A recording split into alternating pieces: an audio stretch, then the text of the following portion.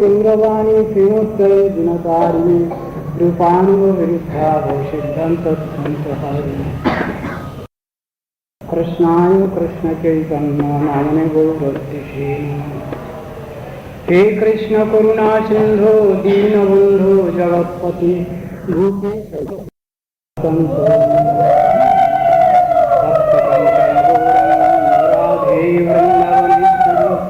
वृषभानुसुते देवी प्रणमामि हरिप्रिये वृन्दायै तुलसीदेव्यै प्रियायै केशवस्य च कृष्णभक्तिप्रदे देवी श्वेतवत्यै नमो नमः नारायणं नमस्कृत्य नरं चैव नरोत्तमं देवीं सरस्वतीं व्यासं ततो जयमुदीरयेत् वाञ्छाकल्पतरुभ्यश्च कृपा सिन्धुभ्यैव च पतितानां पावनेभ्यो वैष्णवेभ्यो नमो नमः।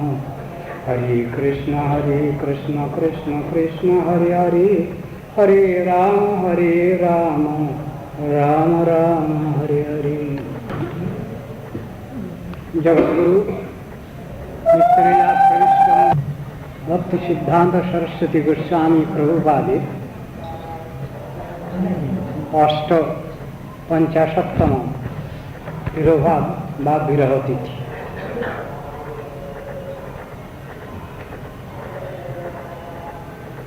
जगद्गुरु श्री सरस्वती प्रभुपाद এই জগতে এসেছিলেন যখন, সেই সময়ে দেশের অবস্থা, সামাজিক দুরবস্থা, ধর্মীয় পরিবেশ ইত্যাদি নিয়েও কিছু আলোচনা করার প্রয়োজন। সাধু মহাপুরুষগণ, নিত্যসিদ্ধ মহাত্মাগণ এই জগতে আসেন ঈশ্বর প্রেরিত করে। সেইরূপভাবেই শ্রীল সরস্বতী প্রভুপাদ এই জগতে এসেছিলেন। তার আবির্ভাবের স্থান ছিল শ্রী পুরুষোত্তম ধাম শ্রীক্ষেত্র। যখন তিনি এই জগতে শুভাগমন করেন, তারিখটা ছিল 6 ফেব্রুয়ারি 1874 সাল।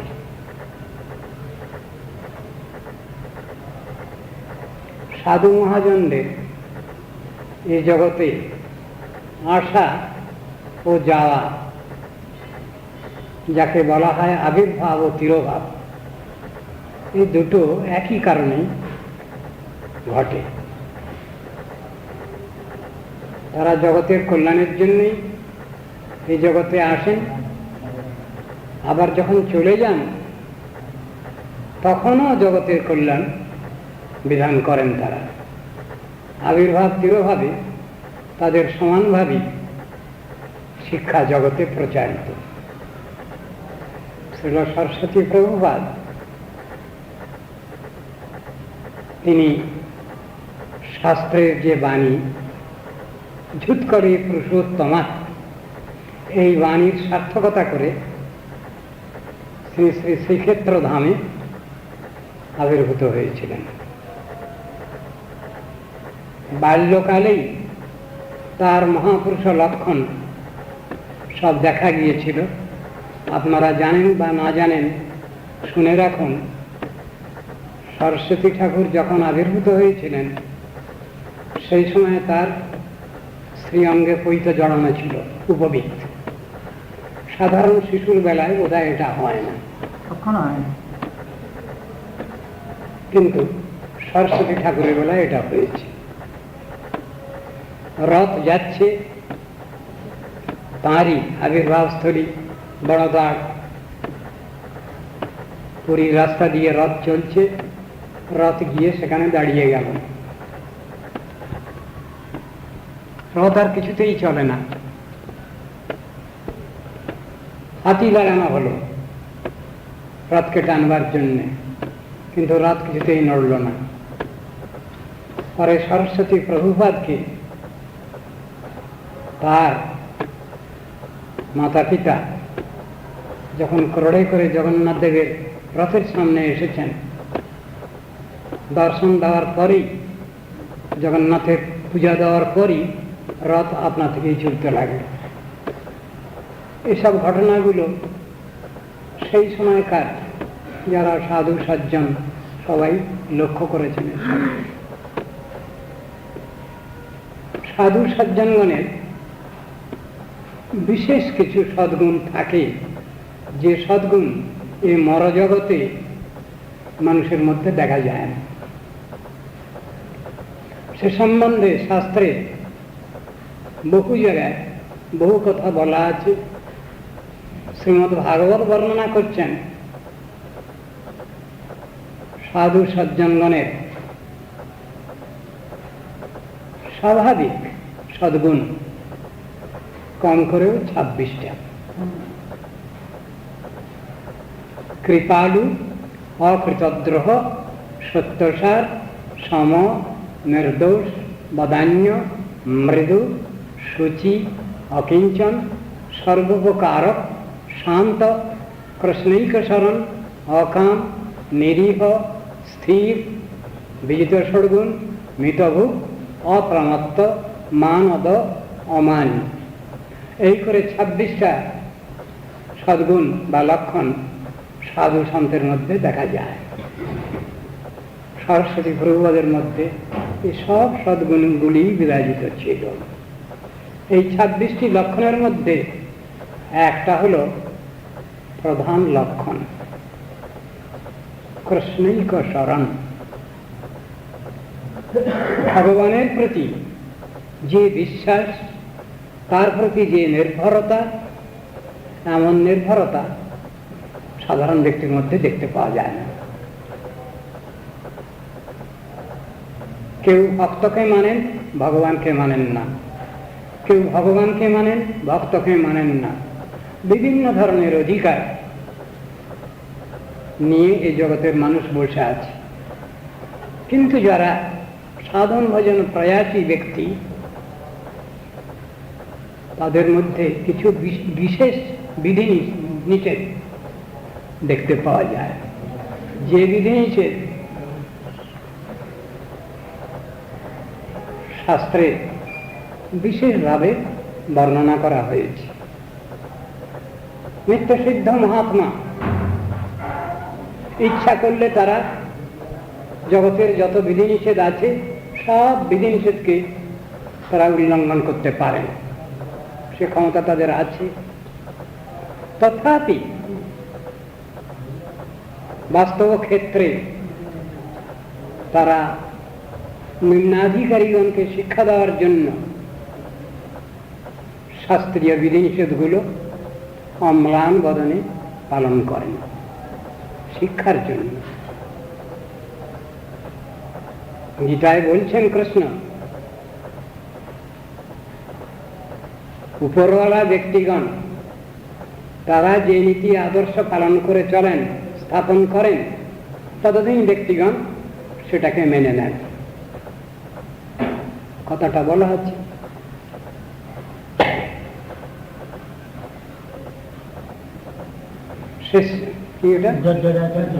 যদাচরতি শ্রেষ্ঠস্তত্তদেব ইতরো জনঃ স যৎ প্রমাণং কুরুতে লোকস্তদনুবর্ততে।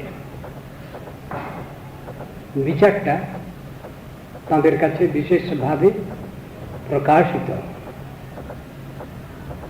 সাধু মহাজনগণ যে অধিকারে, উন্নতাধিকারে অবস্থিত, সেই অধিকারে থেকে যদি তারা তাদের বক্তব্য রাখেন, সাধারণের বোধগম্য হয় না।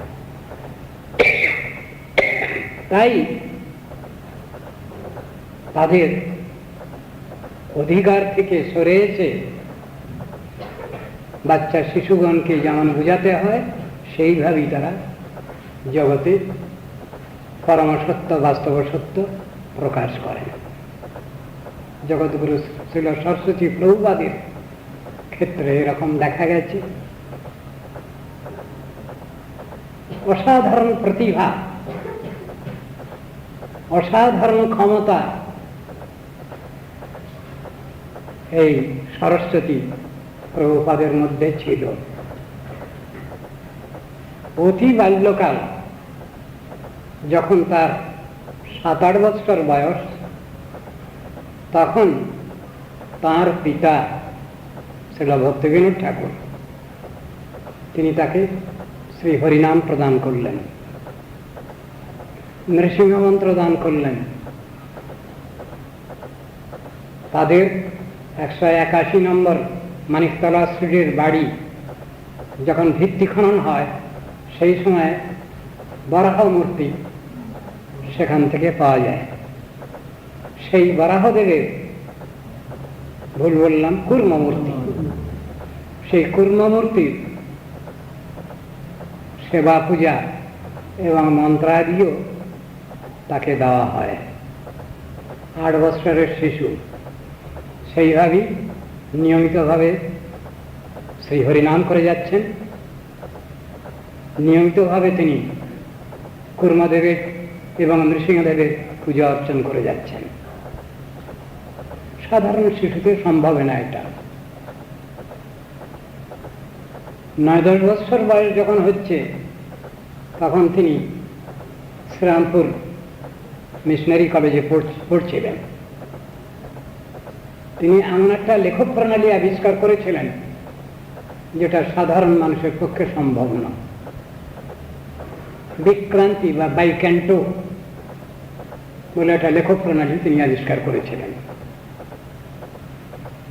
কলেজে তিনি অধ্যয়ন করেছেন, সংস্কৃত কলেজে তিনি অধ্যয়ন করেছেন।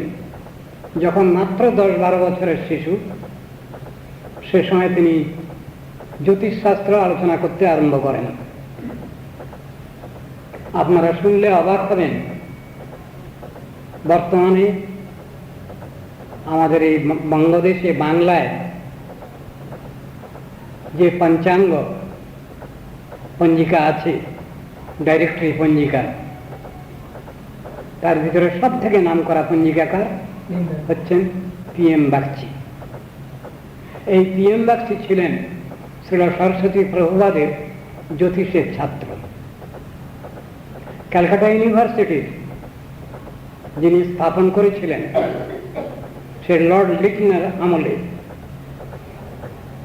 সেই আশুতোষ মুখোপাধ্যায় মহাশয় সরস্বতী প্রভুপাদের জ্যোতিষের ছাত্র ছিলেন। নাম করা লোক সব। তাহলে কেমন জ্যোতিষী তিনি ছিলেন ওই বাচ্চা বয়সে? সেই সময় তার জ্যোতিষের বহু গ্রন্থ লেখা হয়ে গেছে, যেগুলো প্রকাশিত হয়েছিল, এখনো সেগুলো আছে। জ্যোতিষ তত্ত্বম, সূর্য সিদ্ধান্ত ইত্যাদি জ্যোতিষের গ্রন্থ সব সেই সময় প্রকাশিত হয়েছিল। অতি অল্প বয়সেই তিনি কলেজের পড়াশোনা শেষ করেন। কিন্তু এসব করে সময় নষ্ট করতে আমি আসি নাই, এই হলো তার চিন্তা। ক্যালকাটা ইউনিভার্সিটিতে জ্যোতিষের চেয়ারখানা ভক্তি সিদ্ধান্ত সরস্বতী প্রভুপাদের জন্য রিজার্ভ ছিল কয়েক বছর, কিন্তু তিনি তো ওটা গ্রহণ করেননি। তিনি বলেছিলেন, আমি এই গ্রহতারা নক্ষত্র এই গুণবার জন্য আমি আসিনি, আমার অনেক বড় কাজ, দায়িত্ব রয়েছে।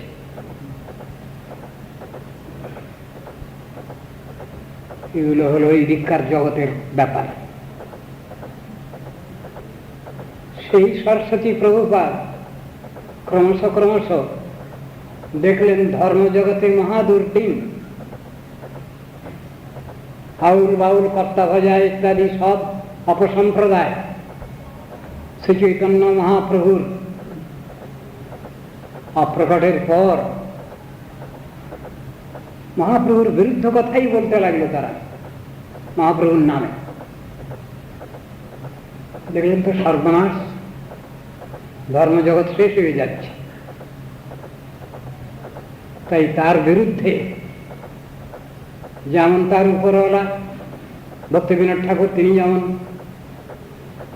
সেসব বিষয়ে খণ্ডন করেছেন, মায়াবাদ নির্বিশেষবাদ যেমন খণ্ডন করেছেন, ঠিক পাশাপাশি এগুলোরও তিনি সব বাদ প্রতিবাদ করেছেন। সেই সময়টা ছিল অত্যন্ত নাস্তিক্যবাদের সময়। জীব ব্রহ্মৈক্যবাদী তারা খুব জোরদার।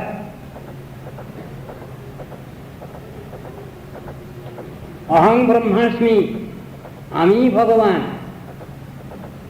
এই দলের খুব প্রাদুর্ভাব। ধর্মতত্ত্ব কেউ বুঝছিলেন না, উল্টো পাল্টা কথাই বলে যাচ্ছেন। প্রাকৃত সাহজিয়াগণ তারা ধর্মের বিরুদ্ধ কথাই বলছেন ধর্মের নামে। অবস্থাটা এইরকম ছিল। সেই সময় তারস্বরে সমস্ত বাদ প্রতিবাদ করে বিশুদ্ধ সিদ্ধান্ত স্থাপন করেছিলেন সরস্বতী প্রভুপাদ, ভক্তিবিনোদ ঠাকুর। প্রথমে তিনি আরম্ভ করেছিলেন এবং সরস্বতী প্রভুপাদ সেই কার্যে পূর্ণতা সম্পাদন করেছেন। তিনি সমগ্র ভারতবর্ষে এবং ভারতের বাইরেও লন্ডন বার্লিনেও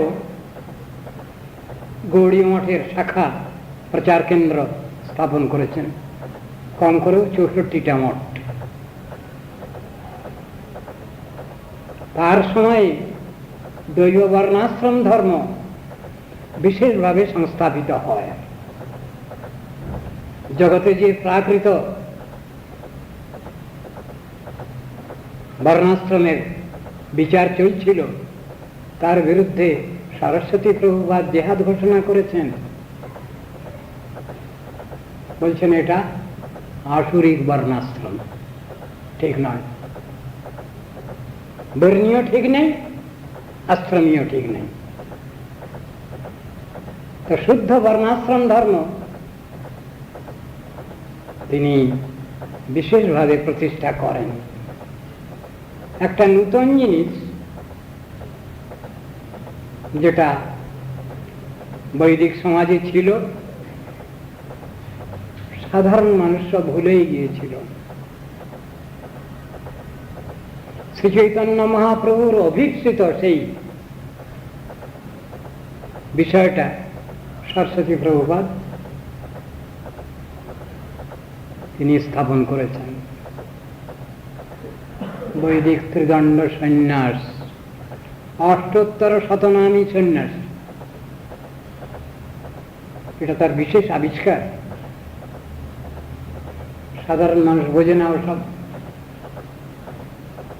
কোথায় কোন শাস্ত্রে লেখা আছে কলিতে সন্ন্যাস নেই, সুতরাং সব মানুষ জেনে নিল কলিতে সন্ন্যাস নেই। আরে কলিতে যদি সন্ন্যাস না আছে তাহলে শঙ্করাচার্য সন্ন্যাস গ্রহণ করছেন কোথা থেকে? রামানুজাচার্য সন্ন্যাস গ্রহণ করছেন কোথা থেকে? শ্রীমন মধ্যাচার্য সন্ন্যাস গ্রহণ করছেন কোথা থেকে? বিষ্ণুস্বামী সন্ন্যাস গ্রহণ করছেন কোথা থেকে? নিম্বাদিত্যাচার্য কোথা থেকে সন্ন্যাস গ্রহণ করছেন? যদি কলিতে সন্ন্যাস নাই, কলিতে যদি সন্ন্যাস নেই তবে শ্রীধর স্বামী সন্ন্যাস গ্রহণ করছেন কি করে? যদি কলিতে সন্ন্যাস নাই তাহলে প্রবোধানন্দ সরস্বতীপাদ গৌড়ীয় ত্রিদণ্ডী গোস্বামী তিনি কি করে সন্ন্যাস গ্রহণ করছেন? মানুষ সব ভুলে গেছে ব্যাপারগুলো, তাই এগুলো পুনরায় লোকলোচনে তুলে ধরেছেন সরস্বতী প্রভুপাদ। ঠিক এইরূপ ভাবে ধর্মকে ধর্ম বলে কেউ জানত না। প্রকারান্তরে ঘুরিয়ে ফিরিয়ে অধর্মকেই সে সময়কার লোক ধর্ম বলে বিশ্বাস করছিল, মানছিল। প্রাকৃত সহজীয় সম্প্রদায়, জাতি গোস্বামী সম্প্রদায় তারা উল্টো পাল্টা কথাগুলো সব লোককে শিখিয়ে যাচ্ছেন, বুঝিয়ে যাচ্ছেন, ব্যাখ্যা দিয়ে যাচ্ছেন। কিরকম? যেমন এই কলিতে সন্ন্যাস নাই বলে দিলেন। কোন সন্ন্যাস নাই? কর্ম সন্ন্যাস নিষেধ আছে। জ্ঞান সন্ন্যাসী তো শঙ্করাচার্য স্বয়ং, কিন্তু সেটা নির্বিশেষবাদ। ভক্তি সন্ন্যাস যেটা, সেটা তো নিষিদ্ধ হয়নি শাস্ত্রে। এ সম্বন্ধে শাস্ত্রে বিভিন্ন জায়গায় আলোচনা রয়েছে। কৃষ্ণদ্বৈপায়ন বেদব্যাস যে বেদের ব্যাখ্যা দিয়েছেন এবং বেদের যে ব্যাখ্যা গ্রন্থ উপনিষদ, তার মধ্যেও সন্ন্যাসের কথা রয়েছে। সন্ন্যাস উপনিষদ বলে উপনিষদ আছে। দুনিয়ার লোক সব শিখে সব জেনে আবার অজ্ঞান হয়ে থাকলো।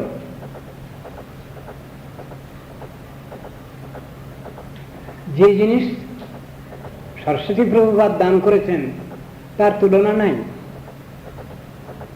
সে কথা বুঝবার কেউ নাই।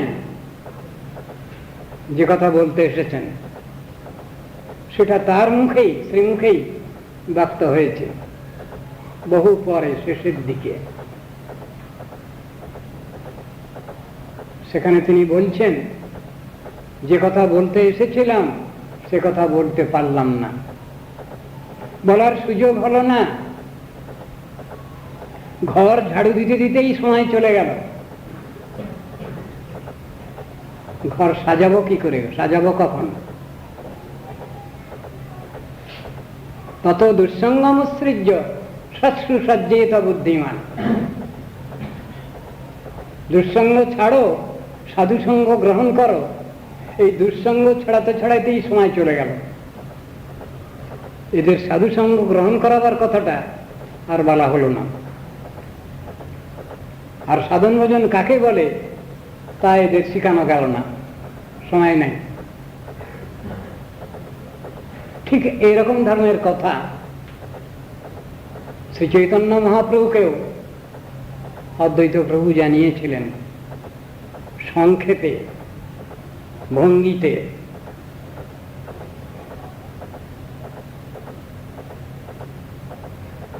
বাউলকে কহিও আউল, হাটে না বিকায় চাউল।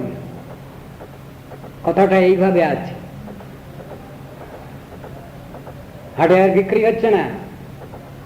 যে জিনিস দিতে এসেছিলাম সেই জিনিস দেওয়া গেল না, পাত্র নাই, সুপাত্র নাই। কথাগুলো এইভাবেই প্রচারিত আছে। জগতের লোক যে চিন্তা ভাবনা নিয়ে আছে, যে ভগবাদ নিয়ে আছে,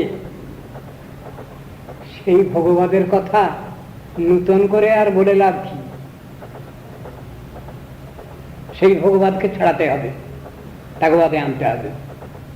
ত্যাগাচ্ছান্তির অনন্তরম, সেই কথা বলছে সব শাস্ত্রে, সমস্ত রকম ধরনের মীমাংসা গ্রন্থে, স্মৃতি গ্রন্থে ওইটাই শেখানো আছে।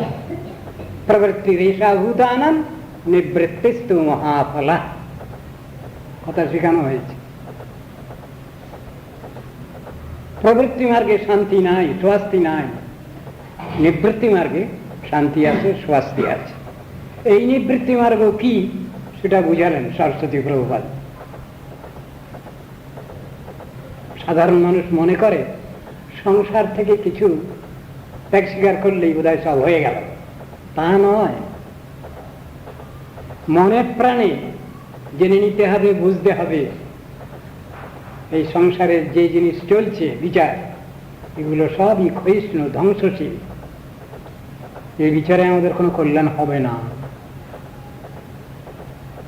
সেই ভাবটা চাই সব সময়। সংসারে যারা আমরা বাস করছি, বুঝি চাই নাই বুঝি, বলছেন আমরা কৃষ্ণ প্রত্যর্থে অখিল ভগৎ ত্যাগ করব। কথাটা এই ভগবত প্রত্যর্থে। তা না হলে সবটাই আমাদের বন্ধন হয়ে যাচ্ছে। বন্ধন থেকে মুক্ত হতে গেলে, মুক্তি লাভ করতে গেলে সেখানে বলছেন ওটা প্রসিডিওর ঘুরিয়ে দিতে হবে। বর্তমান বিশ্বে যা চলছে ভোগবাদ, এই মোড় ঘুরিয়ে দিতে হবে। ত্যাগবাদ মানে আমি বা আমরা সবাই মিলে এ সংসারে ভগবত প্রতি কামনায়, ভগবত প্রত্যর্থে কর্মাচরণ করব। এই শিক্ষা কেউ বোঝে না, বুঝছে না। আমি যখন নিজের জন্য কিছু করি, আমার সম্পর্কিত কিছু আত্মীয় স্বজন তার জন্য কিছু করি, আমি বন্ধন দশায় পড়ে যাই। ঘুরি ঘুরি উদাহরণ গীতা ভাগবতের শাস্ত্রে রয়েছে। কিরকম? আমাদেরই দেশের একজন রাজা, নাম তার ভরত মহারাজ। সাধন ভজন করেছেন তিনি, অত্যন্ত ধার্মিক রাজা, সত্যযুগের কথা। তপস্যা করতে গেছেন 50 ঊর্ধ্বং বনং ব্রজে, শাস্ত্রে রয়েছে 50 বৎসর বয়স হয়ে গেলে তখন সংসার ছেড়ে ভগবত সাধন ভজনে প্রবৃত্ত হও, আদেশ রয়েছে। তিনি ঠিক সেই রকম করে পুত্রকে বসিয়ে দিয়েছেন সিংহাসনে, ব্যাস প্রব্রজ্য অবলম্বন করলেন। তমসা নদীর তীরে সেইখানে এসে তপস্যা করতে লাগলেন, কিন্তু পড়ে গেলেন এক মৃগ শিশুর পাল্লায়।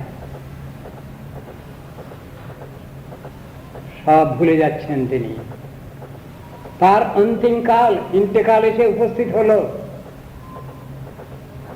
মহারাজ ভরত তখন ভগবানের নাম ভুলে গেছেন, তখন ওই হরিণ শিশুর চিন্তা হচ্ছে। সেই অবস্থায় তিনি দেহত্যাগ করলেন। কি দুর্ভাগ্য! কোথায় ভগবানের সাধন ভজন, কোথায় ভগবানের নাম, আর কোথায় হরিণ হরিণ চিন্তা। গীতার মধ্যে রয়েছে, আপনারা পেয়েছেন, জং জং বাপি স্মরণ ভাবং তজত্তন্তে কলেবরম তং তমেব ইতি কৌন্তেয় সদা তদ্ভাবভাবিত। মানুষ মরবার সময় যে চিন্তা নিয়ে মরবে, সেই রকম ভাবে সে জন্মগ্রহণ করবে। মৃগ শিশুর চিন্তা করতে করতে ভরত মহারাজ প্রাণ ত্যাগ করেছেন, সুতরাং মৃগ হয়ে জন্মগ্রহণ করেছে। ভয়ঙ্কর ব্যাপার। এই অমোঘ আইন সকলের জন্য। কারো প্রতি একটু অল্প প্রযুক্ত হবে আর কারো প্রতি একটু বেশি করে প্রযুক্ত হবে তা নয়, আইন সকলের জন্য এক। অন্তকালে চ মামেব স্মরণ মুক্ত কলেবরম য প্রজাতি তজন্দেহং সজাতি পরমাঙ্গতি। তাহলে মৃত্যুর সময়ে, অন্তিমকালে যদি আমি ভগবানের কথা স্মরণ করতে পারি, সৌভাগ্য আমার। এই জন্যই সাধন ভজন প্রচেষ্টা, এই জন্যই নাম ভজন প্রচেষ্টা, এই জন্যই ভগবত কথা অনুশীলন, এই জন্যই ভগবানের নাম অনুশীলন, অভ্যাস, যোগের কথা। সুতরাং জিনিসটা আমাদের বুঝতে হবে অবস্থাটা। মানুষ বুঝছে কোথায় তাদের ভালো, আত্মকল্যাণটা বুঝছে কি করে তারা? সে চিন্তাটাই নাই, মাইনাস। শাস্ত্র বলছেন, সাধুগুরু বৈষ্ণব বলছেন, আচার্যবর্গ বলছেন, গুরু গোস্বামীগণ বলছেন যে পজিটিভ সাইড চিন্তা করো, নেগেটিভ সাইড চিন্তা করে লাভ নেই কিছু। পজিটিভ সাইড মানে ফিক্সড ডিপোজিট, জমার ঘর চিন্তা করো। কোন করেছেন আমাদের জন্য, এই হতভাগাগুলোর জন্য। তাদের দরকার ছিল না, কিন্তু সাধু সন্তদের একটা স্বভাব আছে তো, মহদ বিচরণম নৃণাং গৃহীণাং দিনচেতসাম, নিঃশ্রেয় কার্য নাই তবু যান পরের ঘর। তার নিজের দরকার নেই, কিন্তু তাকে ভগবানের কথা বলতেই হবে, জানাতেই হবে, তাহলে তার দোষ ত্রুটি হয়ে যাবে। এই চিন্তা ভাবনা রয়েছে। এই চিন্তা ভাবনা আমাদের সকলেরই দরকার। আচার্য শঙ্করপাদ বললেন কি, কাতব কান্তা কস্তে পুত্র সংসার অতীব বিচিত্র কচ্ছত্তং বা কুত আয়াত তত্তং চিন্তয়ত দিদং ভ্রাত। তিনি বলছেন, কে তুমি, কোথায় ছিলে, কি করিতে হেথা এলে, কিবা কাজ করে গেলে, পাবে কি সুখ জীবনে? তত্ত্ব জিজ্ঞাসা একে বলে। আমি কে, হু আমাই, কোথায় ছিলাম, কি করতে এখানে এসেছিলাম? কৃষ্ণ বুঝিবার তারে সংসারে আইনু, মিছে মায়াবদ্ধ হয়ে বৃক্ষ সম হইনু। কই করছি না তো, সে কর্তব্য দায়িত্ব পালন করছি না। এইটা শিখাচ্ছেন শাস্ত্র। ওইটা চিন্তা করো। সংসারে থাকতে গেলে, বাঁচতে গেলে দগ্ধধর আছে, খাবার কিছু তাকে দিতে হবে, অন্ন ব্যঞ্জন আদি কিছু দিতে হবে তাকে, লজ্জা নিবারণের জন্য অ্যাকচুয়ালি কাপড় পরতে হবে, মাথা গুজবার জন্য একটা পর্ণকুটিরও প্রয়োজন। সবাই জানে, সবাই বোঝে,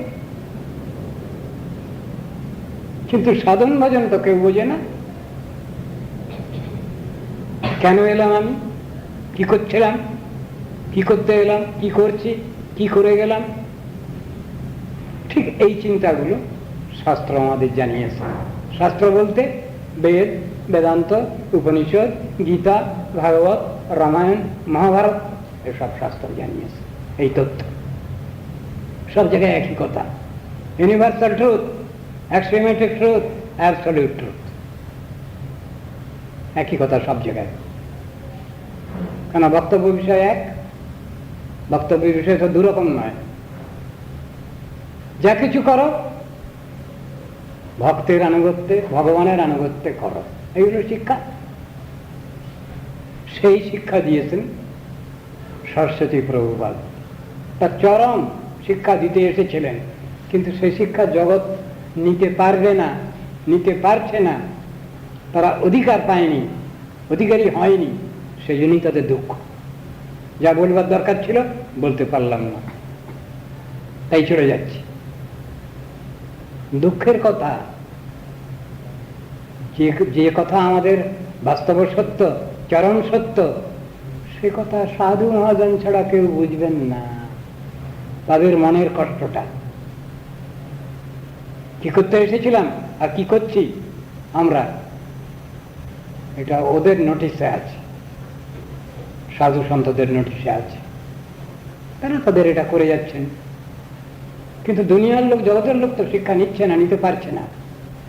তারা যে তিমিরে সে তিমিরে থেকে যাচ্ছে। শাস্ত্র এই কথা লক্ষ্য করেই বলছেন, উপনিষদেও কথা আছে, এটা গীতার মধ্যেও ব্যাখ্যা রয়েছে। এই ভগবত তত্ত্ব অনুশীলন করবার উপদেশ দেওয়ার লোক নেই। আবার এইটা নিয়ে সাধন ভজন করবে লোকে, সেই মানুষও নাই, ভেরি রেয়ার, খুব কম, নাই বললেই হয়। আশ্চর্য বক্তা কুশলানুশিষ্ট। সরস্বতী প্রভুপাদ তো তোলপাড় করে দিলেন দুনিয়াটাকে। প্রচার, তার বহু বহু সন্ন্যাসী বিভিন্ন জায়গায় পাঠিয়ে পাঠিয়ে সব এই সনাতন ধর্ম প্রচার করেছেন। বিদেশেও এসব জিনিসগুলো জানিয়েছেন। এই করো তোমরা, দুনিয়া যেভাবে চলছে সেভাবে চললে হবে না, কিছুই হবে না, কোনো লাভই হবে না, শুধু কেবল বন্ধন দশা। মুক্ত দশা কি তাই মানুষে বোঝে না, মুক্তি কি জিনিস তাও বোঝে না। মুক্তি পেয়ে গেলে আরো কত কর্তব্য দায়িত্ব আছে। সাধারণ মানুষের ধারণা, আরে মুক্তি পেয়ে গেলাম তো সব হয়ে গেল। ভক্তকে দিতে যাচ্ছেন ভগবান, এই নাও মুক্তি নাও। ভক্ত বললেন, না ঠাকুর, সব দরকার নেই। কেন দরকার নেই তোমার? ওইটা যদি তুমি দিয়ে দাও তাহলে আমি তোমাকে ভুলে যাব। প্রকৃত ভক্ত এতই সাবধান, এত কষাস, কেয়ারফুল। দরকার নেই, মুক্তি চাই না। কি চাই তোমার? তোমার চরণে আমার ভক্তি থাকে, এটা দাও, আমি তোমাকে না ভুলি, আমি যেন সেবা করতে পারি তোমার। এটা প্রাকৃত জগতের কোনো কামনা বাসনা নয়। এটা ভগবত ভক্তি প্রার্থনা করা, ভগবানের সেবা প্রার্থনা করা, তার কাছে থেকে নিত্যকাল সেবা করার অধিকার যাচনা করা, এটা প্রাকৃত জগতের কোনো কামনা বাসনা নয়। এটা চাইতে হবে আমাদের। আর ঠাকুরের কাছে এসে আমার ছেলেটা ভালো থাকুক, আমার মেয়েটা ভালো থাকুক, আমাদের সংসারে ঝগড়া বিবাদ মিটিয়ে দাও, সম্পত্তি কম আছে কিছু বাড়িয়ে দাও, অনেক মামলা মোকদ্দমা আছে এগুলো নিষ্পত্তি করে দাও, ঠিক এই জাতীয় প্রশ্ন ঠাকুরের কাছে করতে নেই, পরম ধর্মের রাখতে নেই। প্রার্থনা চাইতে যদি হবে ঠাকুরের কাছে, গুরু বৈষ্ণবের কাছে, ভগবানের কাছে, তাহলে ভগবত ভক্তি প্রার্থনা করতে হবে। ঠাকুর, তোমার প্রতি যেন আমার শ্রদ্ধা থাকে, আমি যেন সাধন ভজন করতে পারি, আমি সংসারে থাকবো কিন্তু সংসারে থেকে সব তোমারই কর্ম নির্বাহ করব, আমার নিজস্ব কিছু নয়। ঠিক চিন্তা ভাবনাটা হলো এই। সেই সংসারের নাম হলো গড সেন্টার্ড সংসার, সেটা মায়ার সংসার নয়। এই হলো সাধুগুরু বৈষ্ণবের শিক্ষা, তারা তো এইটা দিয়েছেন। তারপর সাধন ভজন সম্বন্ধে কোনো কংক্রিট আইডিয়া নেই আমাদের, সাধন ভজন কাকে বলে।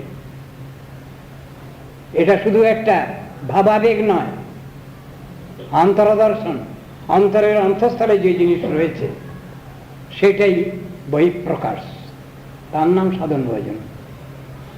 এটা লোক দেখানো কোনো ব্যাপার নয়। যদি কিছু দেখাতে হয়, পড়া দিতে হয়, গার্জিয়ানের কাছে পড়া দেব, সে গার্জিয়ান আমার নিয়ারেস্ট গার্জিয়ান হতে পারেন, সে গার্জিয়ান আমার পার্ট টাইম গার্জিয়ান হতে পারেন, সে টাইম আমার স্পিরিচুয়াল গার্জিয়ান হতে পারেন, সে টাইম আমার সুপ্রিম অথরিটি হতে পারেন। এই তো সাধু মহাজনের শিক্ষা। তা পড়া দিতে হবে তাদের কাছে, এই দুনিয়ার লোকের কাছে পড়া দেওয়ার কোনো অর্থ নাই। পড়া যদি দিতে হয় তাহলে এই সব গার্জিয়ানদের কাছে পড়া দিতে হবে।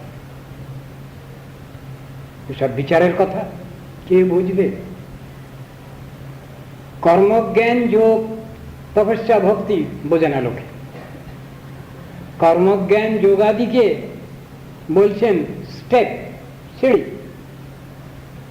কিন্তু সিস্টেমটা হলো ভক্তি, পথটা।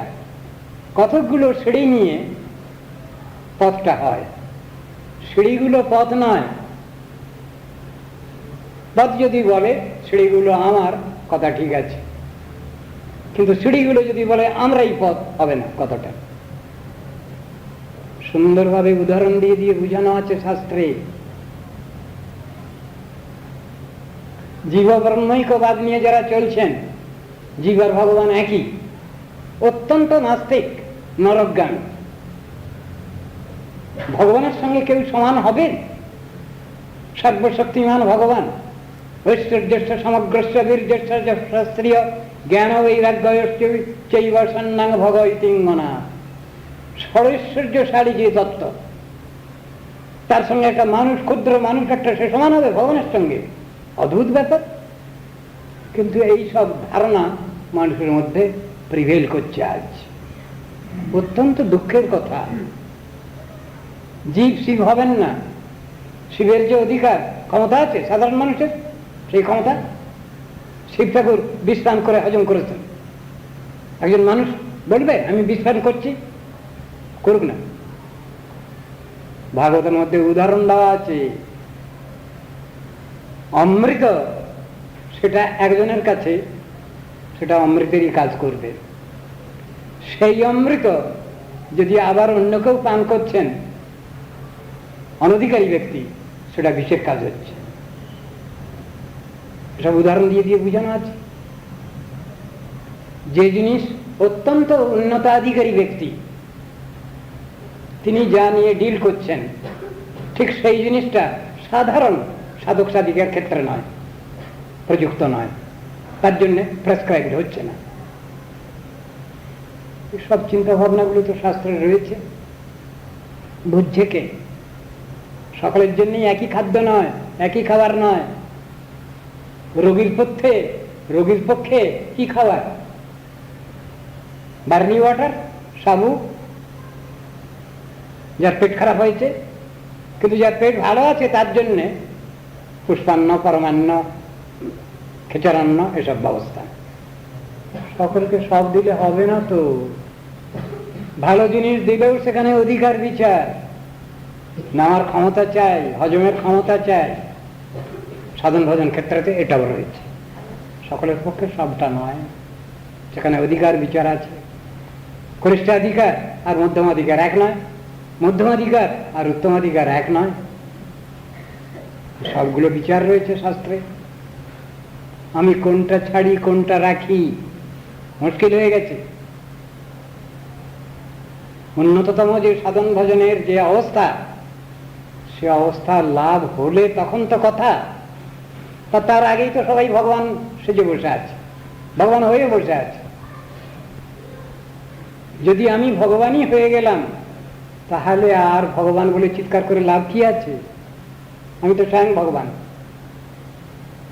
তাহলে উপাসনা কোথায়, আরাধনা কোথায়, সাধন ভজন কোথায়, এই শব্দ কোথায় যাবে? যদি সেব্য সেবক ভাব একই হয়, তাহলে তো আর সাধন ভজনের কোনো প্রয়োজনীয়তা নেই, পরিণাম করবার কোনো প্রয়োজনীয়তা নেই, কিছুই করার দরকার নেই। কারণ আমি তো স্বয়ংই ভগবান। শাস্ত্রে যুক্তি দিয়ে এসব কথাগুলো বলছেন, সাধু মহাজনগণ এগুলো যুক্তি দিয়ে এসব কথাগুলো শিখাচ্ছেন। সব যদি এক হয়ে গেল, কে কার উপাসনা করবে? আমি তো ভগবান, আর দুনিয়ায় সব ভগবান। এখানে যত সব বসে আছে সব ভগবানের দল, ভগবতীর দল। এ যদি হয়, এ হলো অত্যন্ত নাস্তিক্যবাদ এবং নরকগমনের প্রশস্ত সরণি এই বিচার। এসব শাস্ত্রে খণ্ডন করা আছে। উপাস্য, উপাসক, উপাসনা তিনটে জিনিস এক নয়। স্ট্যাটাস, স্ট্যান্ডার্ড পৃথক পৃথক শাস্ত্রে বোঝানো হয়েছে। যেখানে উপাসক আছেন সেখানে উপাস্য আছেন, উপাসনাও আছে। জ্ঞান, জ্ঞেয়, জ্ঞাতা, ভক্ত, ভক্তি, আর ভজনীয় বস্তু, তিনটে তো এক না। সেবার দ্বারা ভগবানকে লাভ করা যাবে, আর সেবা শব্দই যদি উড়ে চলে গেল তাহলে কি হবে? দুনিয়ার লোকের সেবা যদি আমি করি বদ্ধ জীবে, তাহলে সেখানে আমার বদ্ধদশা আসে, ভয়ঙ্কর ব্যাপার। মুক্ত জীবের সেবা যদি আমি করি তাহলে আমার মুক্তি আসবে। বিচার হলো এই, যদি সেবা আমাকে করতেই হয় তাহলে মুক্ত জীবের সেবা করতে হবে। বদ্ধ জীবের সেবা করলে আমি বদ্ধ হয়ে যাব। উদাহরণ বহু তারা উদাহরণ। তার এক নম্বর উদাহরণ ভরত মহারাজ। তার এক নম্বর উদাহরণ ভরত মহারাজ। তিনি হরিণের সেবা করতে গিয়ে সাধন ভজন সব শেষ হয়ে গেল। তার মরবার সময় হরিণ হয়ে জন্মগ্রহণ করলেন, কিন্তু তার সাধন ভজনের কিছু বল ছিল, যে বল সাধারণ মানুষ আমাদের নাই। কিরকম? সব কথা তার মনে আছে। তিনি জাতি স্মারক, সব কথা তার মনে আছে। মৃগ জন্মেও আমি কি ছিলাম? আমি রাজা ছিলাম, আমি দেশের রাজা ছিলাম, এই অবস্থা। এটা তার মৃগ জন্মেও চিন্তা আছে। সেই জন্য তিনি কারোর সঙ্গে মিশছেন না। আমিও শুনতে পারেন, সব পোকামাকড় না থাকে, দেখে দেখে পা ফেলছেন, পালকি দুলছে, ব্যালেন্স হারিয়ে ফেলছে পালকি। রাজার ভিতরে বসে মাথায় ঠক্কর খাচ্ছেন। তখন বলে ফেললেন, এই কোথা থেকে একটা বোকা হতভাগা মূর্খকে লাগিয়েছ তোমরা? ওই বলতেই পালকি ছেড়ে দিয়ে দাঁড়িয়েছেন পাশে। তখন বললে, কি ব্যাপার? আমি যেই বলে ফেললাম মূর্খ, আর সঙ্গে সঙ্গে দেখি পালকি ছেড়ে দাঁড়িয়েছে, এ তো সাধারণ মানুষ না। তখন জিজ্ঞাসা করছেন রাজাকে, আপনি যে মূর্খ বললেন, কাকে বললেন বলুন? মূর্খ কে বলুন, আর পণ্ডিতজি বা কে বলুন? তখন রাজা পালকি, থামাও থামাও। পালকি থেকে এনে হাত জোড় করে, ক্ষমা করো, আমায় ক্ষমা করুন, আমি বুঝতে পারিনি। আপনি যে একজন সাধু মহাপুরুষ, বুঝতে পারিনি, আমায় ক্ষমা করুন। আপনি আমাকে উপদেশ করুন, কে মূর্খ কে পণ্ডিত। কথা সেখানে আলোচনা হচ্ছে, বলছেন কি সেখানে? কো মূর্খ? দেহাদ্যহং বুদ্ধি। এই জড় শরীরে যার আমি আমার বুদ্ধি, সেই লোকটা হলো স্টুপিড নাম্বার 1। বাপ কহ পণ্ডিতা, তখন বলছেন যার আত্মজ্ঞান লাভ হয়েছে তিনি হলেন পণ্ডিত, যিনি সমদর্শী তিনি পণ্ডিত, তিনি তত্ত্বদর্শী। তারপরে রাজাকে কৃপা করার ইচ্ছা তার, মুখ খুলেছেন তখন, এর আগে পর্যন্ত মুখ খোলেননি তিনি। বললেন, রাজা আপনি তো দেশের রাজা, আপনি তীর্থ করতে যাচ্ছেন, এই নাকি তীর্থযাত্রার পরিপাটি, এত লোক সঙ্গে নিয়ে? হবে না, হবে না, সব ছেড়ে চলে দেন। 2-4 জন যদি ভগবত ভক্ত আছেন তাদের সঙ্গে নিয়ে যান, তাহলে আপনার তীর্থ দর্শন সফল হবে। বলেই দিচ্ছেন সেখানে তাকে, প্রভু গণেই তত্তাপসা ন জাতি নচেজ্জয়া নির্বপনাদ গৃহাদ বা ন ছন্দসা নৈব জলাগ্নি সূর্যের বিনা মহৎ পাদ রজোভিষেকম। মহতের পাদ পদ্মের ধুলায় যদি ধূসরিত হতে না পারেন তাহলে আপনার তীর্থযাত্রা সফল হবে না। কেন তীর্থে যাচ্ছেন? তীর্থ মানে কি জানুন আগে, শিখুন আগে, তারপরে তীর্থে যান। তীর্থফল সাধু সঙ্গ, সাধু সঙ্গে অন্তরঙ্গ শ্রীকৃষ্ণ ভজন মনোহর। তীর্থফল হলো সাধু সঙ্গ। যদি সেটা না হয় তাহলে তীর্থ যাওয়ার প্রয়োজন নাই, সেখানে গিয়ে পাপ সঞ্চয় করবেন না। একই কথা, শ্রীমূর্তি সামনে রয়েছেন, আমরা সবাই মনে করছি, ভাবছি শ্রীমূর্তিকে দর্শন করে নেব। অন্তর্যামী হাসে, শ্রীমূর্তি বলছেন, ও খুব বাহাদুর দেখি, সব জেনে নিয়েছো, বুঝে নিয়েছো না? হবে না। এসে যেমনই প্রশ্ন, বাহ বাহ বাহ, খুব চমৎকার মূর্তি তো, এই মূর্তি কোথাকার? কোথাকার? জয়পুরের? মাখরানার? মাখরানা পাথর না অষ্টধাতুর মূর্তি না কি ব্যাপার? না ইটকাট পাথর দিয়ে তৈরি? কোনটা দিয়ে তৈরি? এটা হয়ে গেল তার বিগ্রহ দর্শন। সঙ্গে সঙ্গে ভগবান চুপ করে গেছে। বেটা আমাকে গালাগালি দিচ্ছিস?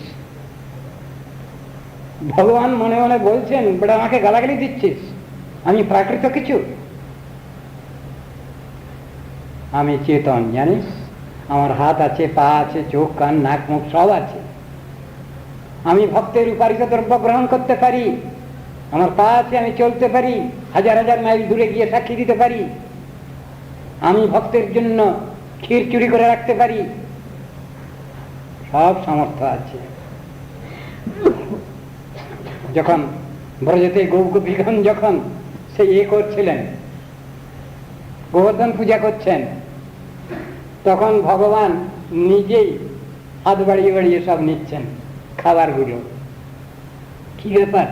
আরে আমি তো প্রতিজ্ঞা করেছি শাস্ত্রে, পত্রং পুষ্পং ফলাঙ্গতোয়ং যমে ভক্ত্যা প্রযচ্ছতি তদহং ভক্তু পরিতমস্নামি প্রযতাত্মনা।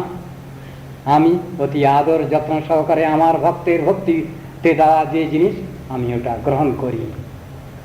প্রমাণ দিচ্ছেন তিনি। সাক্ষী মেনেছেন 2 ব্রাহ্মণ। দেখো কোনো গন্ডগোল যদি হয় তোমাকে সাক্ষী দিতে হবে। ঠিক গন্ডগোল বেঁধে গেছে দেশে ফিরে গিয়ে, ঠিক আছে, এই বিষয়ে আমাদের এক মহাজন সাক্ষী আছেন। মহাজন মানে ঠাকুর মহাজন গোপাল।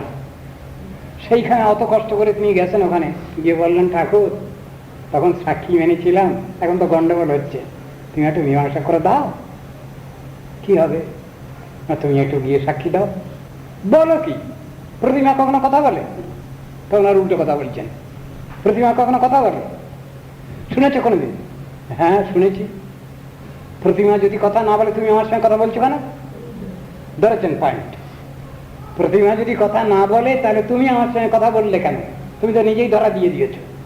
অত প্রতিমা কথা বলে এবং আমার বিশ্বাস তুমি কথা বলো, তুমি তো সবই করো। অভক্তের কাছে তুমি ওটা দেখাও না, কিন্তু ভক্তের কাছে তোমার চালাকি চলবে না। রসস্থলী পরিত্যাগ করে কৃষ্ণ চলে গেছেন, বাইরে বেরিয়ে গেছেন। সেখানে দেখা যাচ্ছে কৃষ্ণ সেখানে নারায়ণ সেজে বসে গেছেন, নারায়ণ মূর্তিতে 4 হাত বের করে ফেলেছেন। আর সব গোপীরা সব দেখছেন নারায়ণ বসে আছেন, নমো নারায়ণায় নমো নারায়ণায় সব বলে বলে সব ক্রস করে চলে যাচ্ছে। কিন্তু রাধারানী যখন এসছেন তখন আর 4 হাত থাকলো না, 2 হাত লুকিয়ে গেল আপনা থেকে। স্বয়ং খিলখিল করে হেসে উঠেছেন কৃষ্ণ। তার কাছে তো চালাকি চললো না। সকলের কাছে চালাকি চলবে? চলবে না। ওখানে ভগবান ধরা দিতে বাধ্য হলেন, ওখানে আর চালাকি চলবে না। তার প্রত্যেকটি বিষয়ে এরকম বিচার আছে। ভক্তের কাছে ভগবান ধরা দেবেন। কিরকম ভক্ত? তার আগে একটা বিশেষণ আছে, শুদ্ধ ভক্ত। বিদ্য হলে হবে না, কর্মমিশ্রা জ্ঞানমিশ্রা যোগমিশ্রা হলে হবে না, শুদ্ধ ভক্তিমান, শুদ্ধ ভক্ত কতটা আছে। তারপরে আবার গ্রেডেশন আছে। সাধারণ বিচারে বিধি নিষেধের মধ্যে যারা আছেন তারা একরকমের ভক্ত, রাগাত্মিকা রাগানুগা ভক্ত। তারপর ভক্তের সব গ্রেডেশন তো আছে। মাঝখানে কি আছে? ভাব ভক্তি আছে, পরে আছে প্রেম ভক্তি। সব গ্রেডেশন। সবগুলোকে এক যদি বলে দেয় তাহলে আমি নাস্তিক হয়ে যাই, তাহলে আমি ব্রহ্মবাদী হয়ে যাই, নির্বিশেষবাদী হয়ে যাই। কিন্তু ভগবানের তো বৈশিষ্ট্য আছে, উপাসনার বৈশিষ্ট্য আছে, ভক্তির বৈশিষ্ট্য আছে, সেটা তো মানতে হবে। শাস্ত্রে আছে তো ওটা। সব ভক্ত সমান বললে হবে না। যে যেন বৈষ্ণব চিনিয়া লইয়া আদর করিব যবে, বৈষ্ণবের কৃপা যাহে সর্বসিদ্ধি অবশ্য পাইব তবে। যে যেন বৈষ্ণব, ওই গীতার মধ্যে যেমন আছে, যে যথামাং তাংস্তথা, যে যথামাং তাংস্তথা, যিনি যেমন ভক্ত তার প্রতি আমি সেই রকম ধরনের কৃপা করি। এবারে তারে যতটুকু সাধক সাধিকা করবে ততটুকুই ভগবান দেন, তার থেকে আর বেশি দেন না।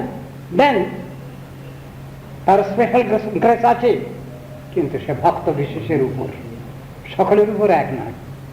ওটাকে স্পেশাল গ্রেস বলা হবে, ওটাকে হার্দিক কৃপা বলা হবে। ওটা জেনারেল নয়, সার্বজনীন নয়, স্পেশাল কেস। শাস্ত্রে তো সব রকমই বর্ণনা করা আছে। এই সাধু মহাপুরুষগণ এরা এসে জগতে এমন কথাগুলো বুঝালেন, যে কথা বলবার সময় নেই, বুঝাবার সময় নেই, সঙ্গে সঙ্গে ঘড়ি দেখিয়ে দেয়। কি করব? সাধন ভজন জিনিসটা কাল বলেছিলাম আলোচনা করতে করতে যে এটা নিত্য সত্য ব্যাপার। এই জগতে 3টে কাল আছে, present tense, past tense, future tense. কিন্তু ধর্ম জগতে, সাধন ভজন জগতে, বৈকুণ্ঠ জগতে সেখানে একটা কাল আছে, প্রেজেন্ট কন্টিনিউয়াস টেন্স, তার নাম। এখানে স্লোগান শুনি আমরা, চলছে চলবে। আর বৈকুণ্ঠ বাণীতে আছে চলছে, নিত্যকাল চলছে। কালে আমার বক্তব্য আমি বলতে পারলাম না, সুযোগ পেলাম না, সময় পেলাম না, অধিকারী পেলাম না। ভয়ঙ্কর কথা, যে কথা আগেই হিন্টস দিয়ে গেছেন, অদ্বৈত প্রভু মহাপ্রভুকে জানিয়ে দিচ্ছেন। যে কথা তুমি দিতে এসছো সে কথা জগতের লোক বুঝলো না, অধিকন্তু আরো অপরাধ করে ফেলছে। মহাপ্রভু সেজন্য নিজে একটা কৌশল করলেন। কি? এরা তো বুঝছে না, কিছু অবুঝ, তাই এদের বুঝবার জন্য একটা কিছু ব্যবস্থা নিতে হবে। কি? তিনি যখন গোপী গোপী করে চিৎকার করছেন তখন ওরা বলছে এই লোকটা পাগল নেই, মহাপ্রভুকে বলছে। তখন মহাপ্রভু চিন্তা করলেন যে এদের কিছু কল্যাণ করতে হবে, ডাইরেক্টলি ইনডাইরেক্টলি। কিভাবে করব? তিনি সন্ন্যাস গ্রহণ করলেন। সন্ন্যাস বুদ্ধিতেও এরা যদি আমাকে সম্মান করে, প্রণাম করে, তাহলে এদের কল্যাণ হবে। আমি তো উপরওয়ালা গার্জিয়ান, আমি তো সন্তানদের কোনো দুঃখ কষ্ট জ্বালা যন্ত্রণা দেখতে পারি না, আমার ভীষণ কষ্ট হয়। কিন্তু এরা তো উল্টোপাল্টাই করছে, করে যাচ্ছে। সেজন্য তিনি ব্যবস্থাটা ওই রকম দিলেন। দেবতা প্রতিমান দৃষ্টা জ্যোতিঞ্চৈব ত্রিদণ্ডিনাম নমস্কারং ন কুর্যাচ্চেৎ উপবাসেন শুদ্ধতি। দেবতাকে দর্শন করে, শ্রীবিগ্রহকে দর্শন করে যদি কেউ প্রণাম না করেন তার পানিশমেন্ট আছে, স্মৃতিতে লেখা আছে। দেবতাকে দর্শন করে যদি কেউ প্রণাম না করেন, দণ্ডবোধ প্রণাম না করেন, ত্রিদণ্ডী জ্যোতি সন্ন্যাসীকে দেখে যদি কেউ প্রণাম না করেন, তাহলে ভীষণ খতরা, ভীষণ ক্ষতি, নরকগামী সে হবে। এমন পানিশমেন্ট একবার মানে চরম, এর থেকে আর পানিশমেন্ট হয় না কিছু। নাস্তিক যে যত হচ্ছে সংসারে, তার সেই রকম পরিমাণে পানিশমেন্ট। গীতার মধ্যে আমরা, আপনারা পড়েন গীতার 16th চ্যাপ্টার, 16 অধ্যায়, দৈবাসুর সম্পদ বিভাগ যোগ, তার মধ্যে কি আছে ভগবান বলছেন, যারা নাস্তিক, যারা আমার স্বরূপকে মানে না, যারা আমাকে বিশ্বাস করে না, আমার ভক্তকে বিশ্বাস করে না, ভক্তি দেবীকে বিশ্বাস করে না, তাদের কি ব্যবস্থা বলছেন না? তানহং দিশতক্রান সংসারেষু নরাধমান ক্ষিপামি অশুভান আসুরিষু এব জনেষু আসুরিং জনিমাপন্না মূঢ়া জন্মনি জন্মনি মাম অপ্রাপ্যৈব কৌন্তেয় তত জানতি অধমাং গতিম। অধমা গতি আর কি আছে? সব থেকে খারাপ গতি নরক গতি। কি কষ্ট, যে কষ্ট থেকে নারদ ঋষি থাকতে পারছেন না, কান্নাকাটি, তাদের স্পেশাল ব্যবস্থা নিচ্ছেন। সেই কারাগারের সেই নরকের নরকস্থ জীবগণের কষ্ট দেখে আমাদের হে রাজা, পরম ধার্মিক রাজা, যিনি হরিনাম দিয়ে সবকে এ করে দিলেন, তখন চাপড়ার যায় আর কি আমাদের বৈষ্ণব ঠাকুরের, কে যমরাজ। আর নরকে কেউ যাচ্ছে না হরিনাম করে। তখন তার প্রাইভেট সেক্রেটারি আর যমরাজ বলছেন, এই না সব চাপড়ার জমা দিলাম, আমার কোনো ডিউটি নেই, আর কোনো কাজ নেই, তো আমি বসে বসে মাইনে খাবো কেন?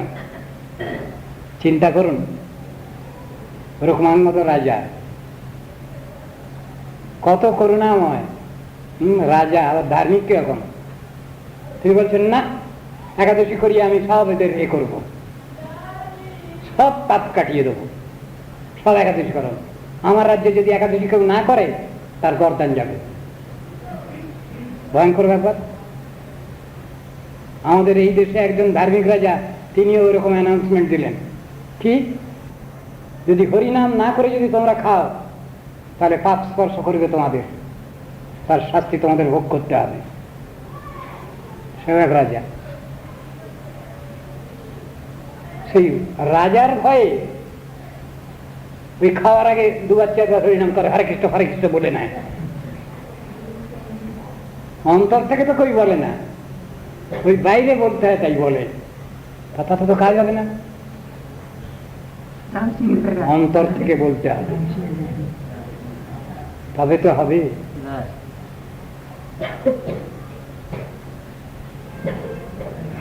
হৃদয় হইতে বলে, জিহ্বার অগ্রতে চলে, শব্দ রূপে নাচে অনুক্ষণ। এই হলো শব্দ ব্রহ্ম, অ্যাবসলিউট সাউন্ড, যার কথা বেদান্তে বলেছেন, আমাদের সব গুরুবর্গ বলেছেন, নামের সাধনা করো।